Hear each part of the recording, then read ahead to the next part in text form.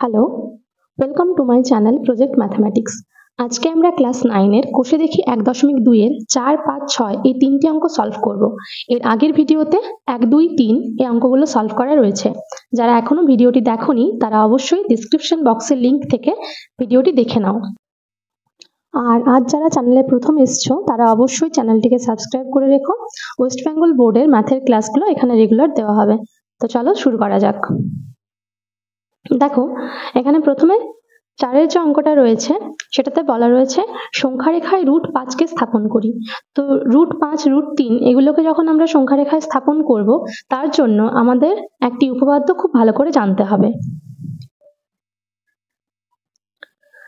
দেখো, এই ত্রিভুজটা দেখে বুঝতেই পারছো যে এটা একটা সমকোণী ত্রিভুজ, তাই তো? তো সমকোণী ত্রিভুজ কাকে বলে? যে ত্রিভুজের একটি কোণ সমকোণ বা 90 ডিগ্রি, তাকে আমরা বলবো সমকোণী ত্রিভুজ। তো এই যে সমকোণী ত্রিভুজ, এর সমকোণের বিপরীতে যে বাহুটা থাকে তাকে কি বলা হয়? অতিভুজ। আর এই অতিভুজই হলো সমকোণী ত্রিভুজের বৃহত্তম বাহু। তো সমকোণী ত্রিভুজের সমকোণের বিপরীতে যে বাহু থাকে তাকে অতিভুজ বলা হয়, যেটা ত্রিভুজের বৃহত্তম বাহু।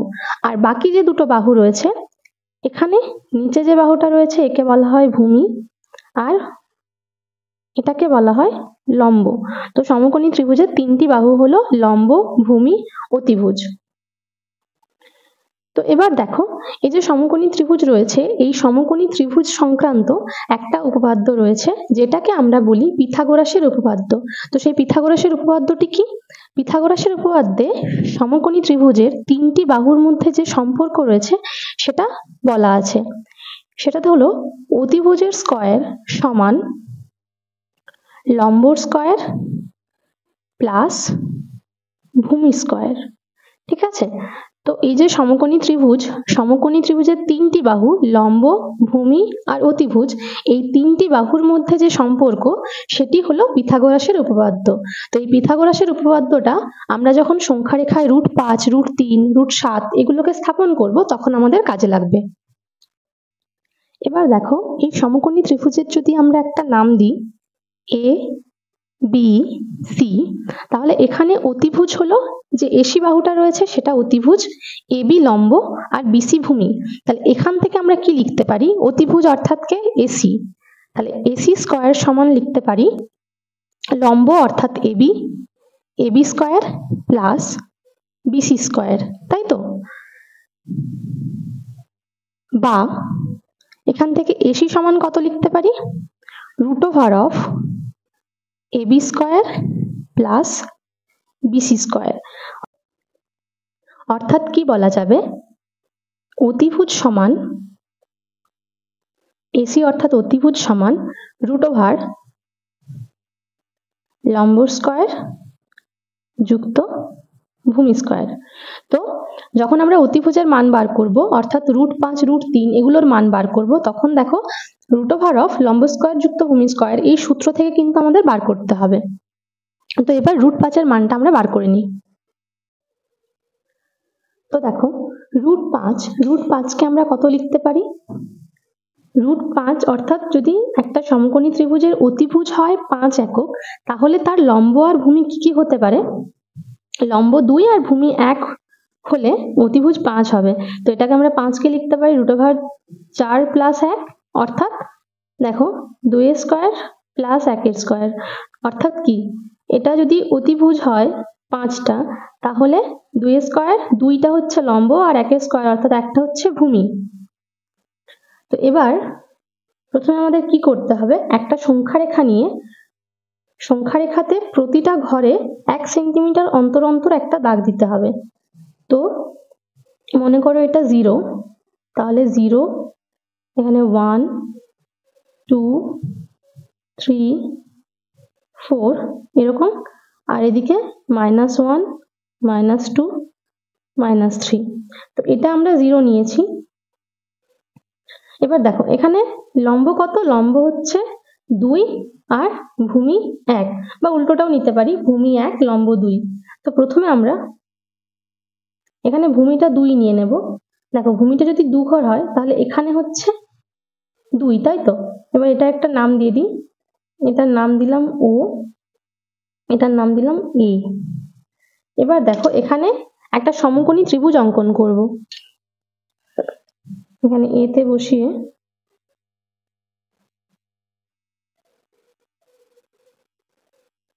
এখানে নিলাম 90 ডিগ্রি। এবার যেহেতু আমাদের লম্ব হবে 1 একক, তাহলে এখান থেকে 1 সেন্টিমিটার অবধি কেটে নেব। এখান থেকে দেখো এতটা পর্যন্ত হবে 1 ঘর নিয়ে নিলাম। এবার এটা যদি আমরা যোগ করি, এখানটা ও থেকে যোগ করলে পাবো অতিভুজ।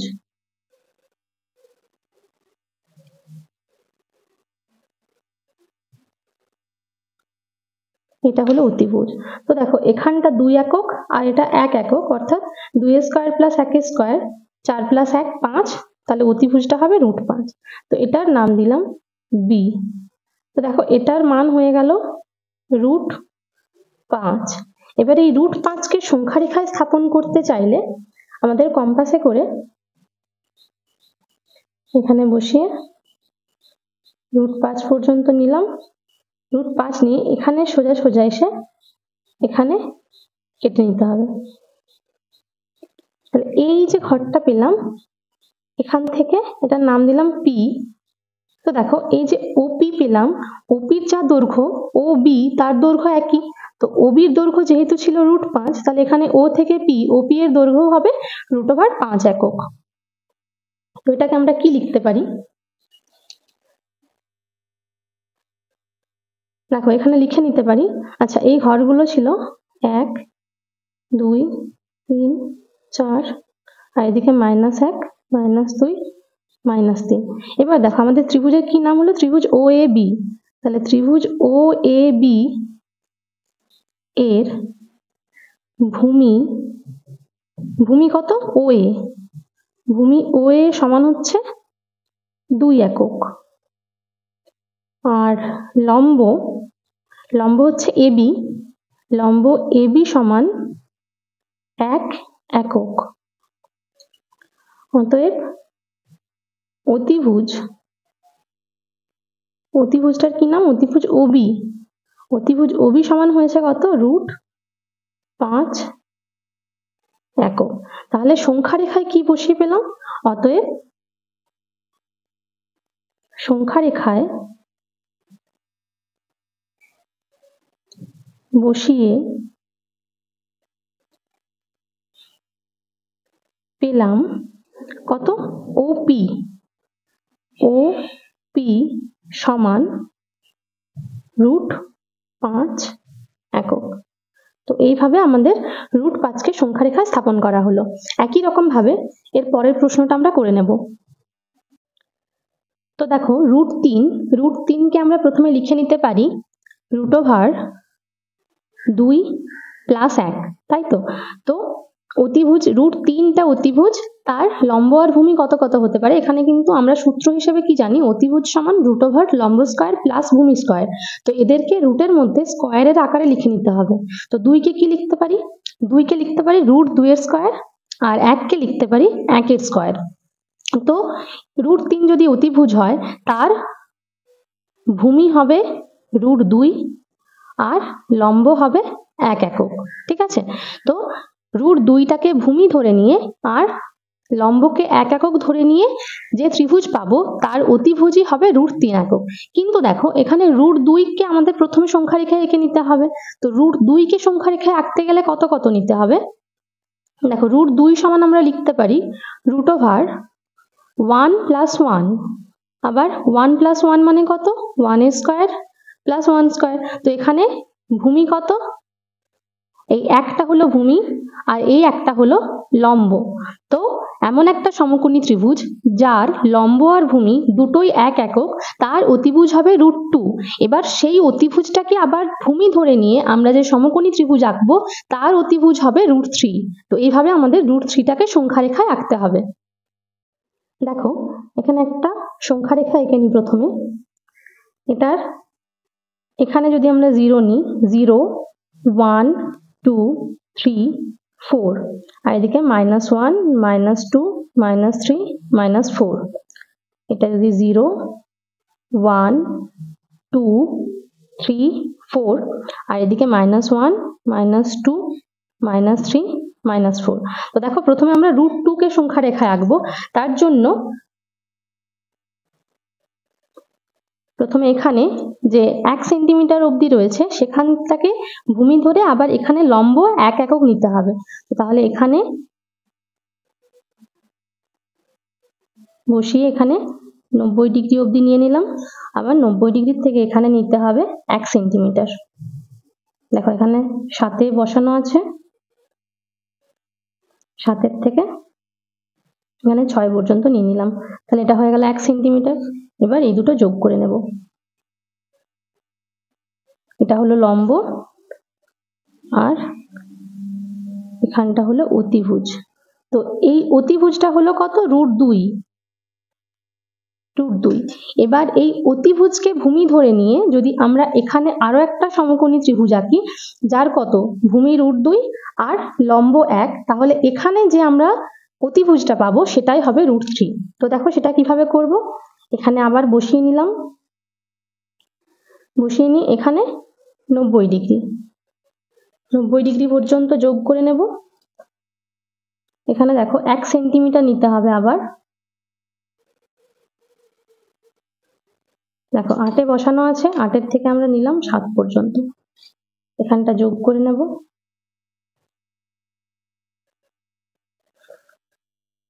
আবার এখানে যখন যোগ করব তখন যে মানটা পাবো সেটা হবে √3। দেখো এইখানটা হয়ে গেল √3, এটা 1। তো এবার সমকোণী ত্রিভুজটা যদি আমরা একটা নাম দিই, এখানটায় O, এটা A B C, তাহলে এখানে দেখো প্রথমে ত্রিভুজ OAB যে সমকোণী ত্রিভুজ ছিল তার ভূমি OA সমান 1, AB সমানও 1 আর অতিভুজ OB সমান হয়েছিল √2। এরপর যে ত্রিভুজটা পরে ত্রিভুজ OBC তার ভূমি √2, লম্ব 1, তখন অতিভুজ হয়েছিল √3। তো দেখো এবার OC থেকে যখন আমরা সমান মাপ নিয়ে কেটে নেব তখন যে দৈর্ঘ্যটা পাবো সেটা হবে √3 একক। তো এখানে OCর সমান মাপ নিয়ে আমরা এখানে কেটে নিলাম। তো এই যে O থেকে P পর্যন্ত যে দৈর্ঘ্য সেটাই হলো √3, OP সমান √3। দেখো তাহলে প্রথমে যে ত্রিভুজ ছিল ত্রিভুজ OAB এর ভূমি OA সমান 1 একক আর লম্ব AB সমান 1 একক আর অতিভুজ OB সমান √2 একক। এবার পরের যে ত্রিভুজ OBC এর ভূমি OB সমান √2 একক আর লম্ব BC সমান 1 একক আর অতিভুজ OC সমান √3 একক। এবার OC থেকে যে OP দৈর্ঘ্যটা পেয়েছি সেটা লিখব যে √3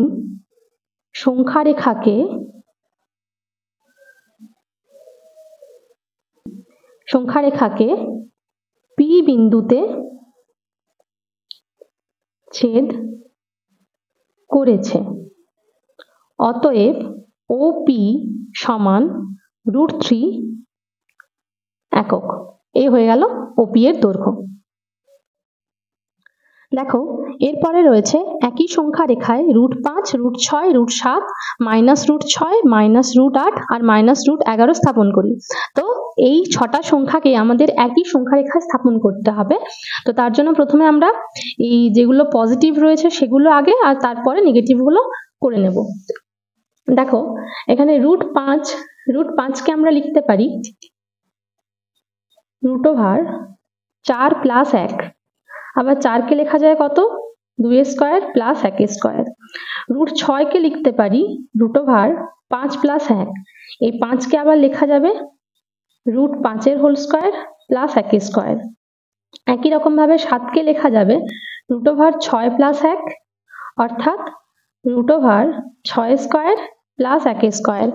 রুট 8 কে লেখা যাবে 7 প্লাস 1 অর্থাৎ রুট 7 এর হোল স্কয়ার প্লাস 1 এর হোল স্কয়ার। আর দেখো 11 কে লেখা যাবে 11 কে লিখতে পারি রুট ওভার 7 প্লাস 4। 7 অর্থাৎ রুট 7 এর হোল স্কয়ার আর 4 অর্থাৎ 2 এর হোল স্কয়ার। তো এখানে প্রথমে রুট 5 করে নেব, সেখান থেকে রুট 6 হবে, 6 এর থেকে 7, 7 এর থেকে 8, এরকম ভাবে একই সংখ্যা রেখায় পরপর এই সংখ্যাগুলোকে স্থাপন করা যাবে। চলো দেখে নিই। তো এখানে প্রথমে আমরা একটা সংখ্যা রেখা এঁকে নেব। এবার এখানে মাঝখানে যদি এটা 0 হয় 1 2 3 4 5 6, এদিকে -1 -2 -3 -4 -5 -6, ঠিক আছে। তো এগুলো লিখে নিই 0 1 2 3 4 5 6, এদিকে -1 -2 -3 -4 -5। তো দেখো প্রথমে আমাদেরকে রুট 5 কে স্থাপন করতে হলে রুট 5 কত ছিল, তার ভূমি ছিল 2 একক আর অতিভুজ লম্ব ছিল 1 একক। তো প্রথমে এখানে 1 একক আর 2 একক হয়ে গেল ভূমি, আর ভূমির থেকে 1 একক লম্ব এঁকে নিতে হবে। তার জন্য এখানে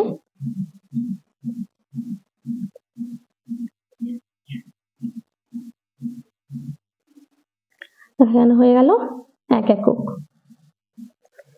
এবার এটা যোগ করে নিলে এখানে আমরা যে অতিভুজটা পাবো তার দৈর্ঘ্য হবে রুট 5। দেখো এটা হয়ে গেল রুট 5, আর এটা 2 একক, এটা 1 একক। এবার এটা একটা নাম দিয়ে দিই, এটার নাম, এটা 0-তে ধরো, এটার নাম হচ্ছে ও, এটা এ, আর এখানে বি, ঠিক আছে। এবার রুট 6 আঁকতে গেলে রুট 6 এর জন্য কি করতে হবে, এখানে রুট 5 কে ভূমি ধরে এখানে আবার 1 একক নিতে হবে, কারণ 6 এর জন্য কত 5 প্লাস 1 নিতে হবে, তাই তো।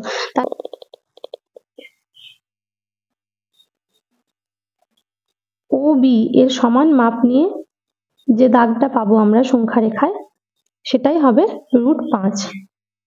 এটার নাম দিলাম পি, ঠিক আছে। তো ও পি হয়ে গেল রুট 5 একক। তাহলে এখানে কি লিখতে পারি, ত্রিভুজ ও এ বি এর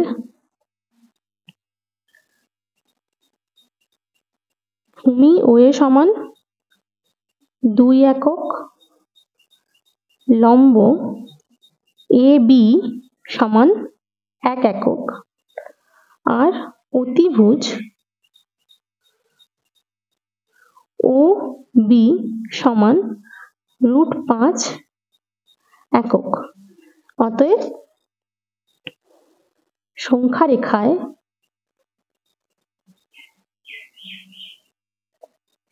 পি বিন্দুতে রুট 5 পেলাম। দেখো এবার এই রুট 5 এর থেকে যে লম্বটা পাবো সেখান থেকে আমরা যে দৈর্ঘ্য পাবো সেটা হবে রুট 6। তো এখানে বসিয়ে নিলাম, এখান থেকে লম্ব বরাবর 1 একক নিয়ে নেব।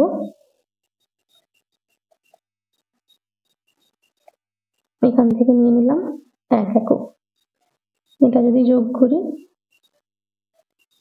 এখানটা হলো 1, আর এইখানে যোগ করলে পাবো রুট 6।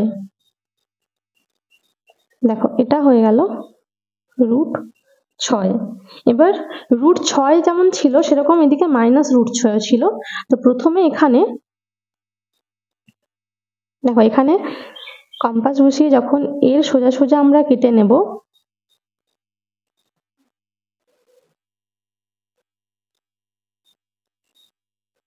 এর সোজা সোজা যখন কেটে নেব, এটা যে ঘরটা পাবো এখানে এটা হয়ে গেল কিউ। পি কিউ, তো পিটা ও পি ছিল √5, ও কিউ হয়ে গেল √6। এবার এখান থেকে যখন আমরা সংখ্যারেখার বাঁ দিকে যদি কেটে নিই তাহলে যে দৈর্ঘ্যটা পাবো সেটা হবে -√6। তো এই দাগটা হবে -√6। তো এটা পি কিউ, এটার নাম দিলাম আর। তাহলে এখানে হয়ে গেল √5, √6 আর -√6। এরপর ছিল √7। √7 জন্য কি করতে হবে? √7 অর্থাৎ 6 + 1, তাহলে √6 এর ওপরে যদি আবার একটা সমকোণী ত্রিভুজ আঁকি তার যে অতিভুজটা পাবো সেটা হবে আমাদের √7। তাহলে এখান থেকে আর একটা দৈর্ঘ্য কেটে নিই, 1 একক, এটা হয়ে গেল লম্ব। এখান থেকে দেখো এখান থেকে 1 ঘর নিয়ে নিলাম।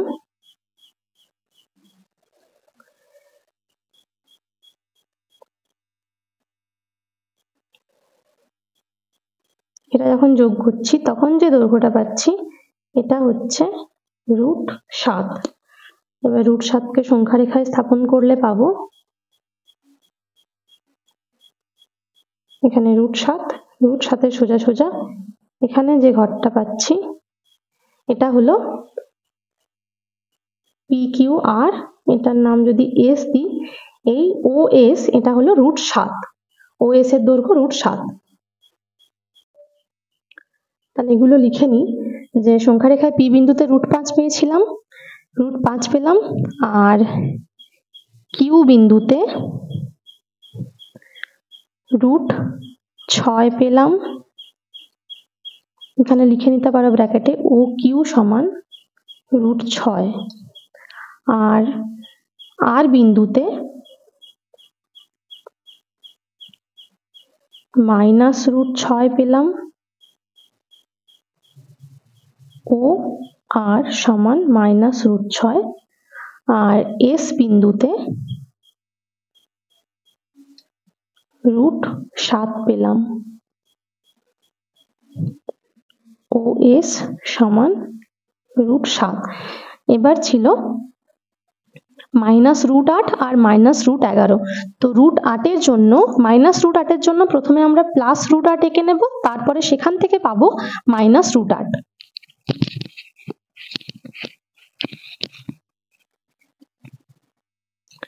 তো তার জন্য প্রথমে আবার এখানে √7 এর থেকে একটা লম্ব এঁকে নেব।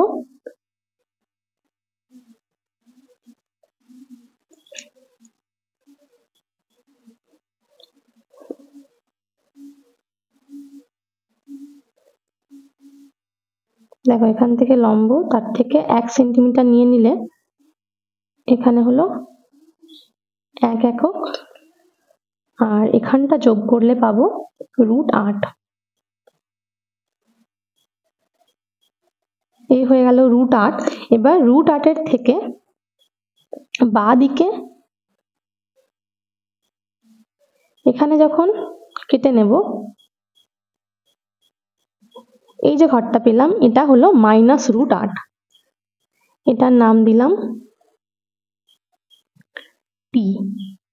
তাহলে যেটা ওটি হয়ে গেল -√8। তাহলে টি বিন্দুতে -√8 পেলাম, ওটি। এরপরে আমাদের রয়েছে -√11।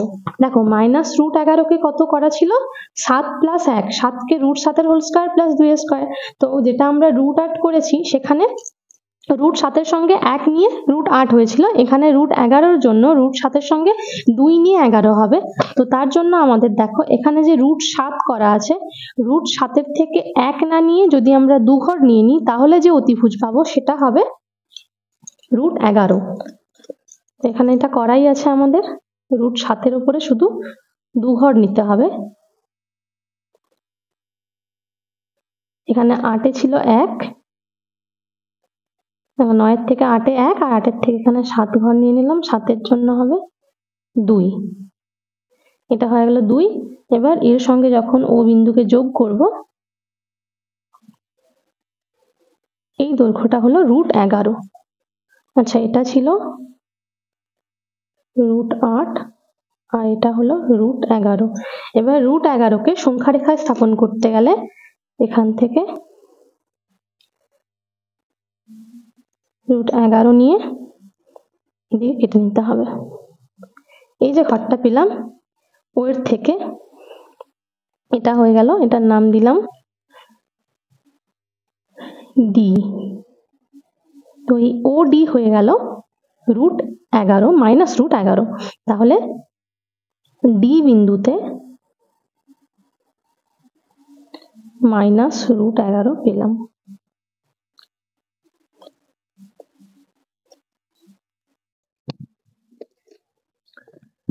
তো আজকে 4, 5, 6 হয়ে গেল। এর পরের দিন আমরা কষে দেখি 1.3 শুরু করব। তো ভিডিওটি যাদের ভালো লেগেছে তারা অবশ্যই লাইক করবে, কমেন্ট করে জানাবে আর বন্ধুদের সঙ্গে শেয়ার করবে।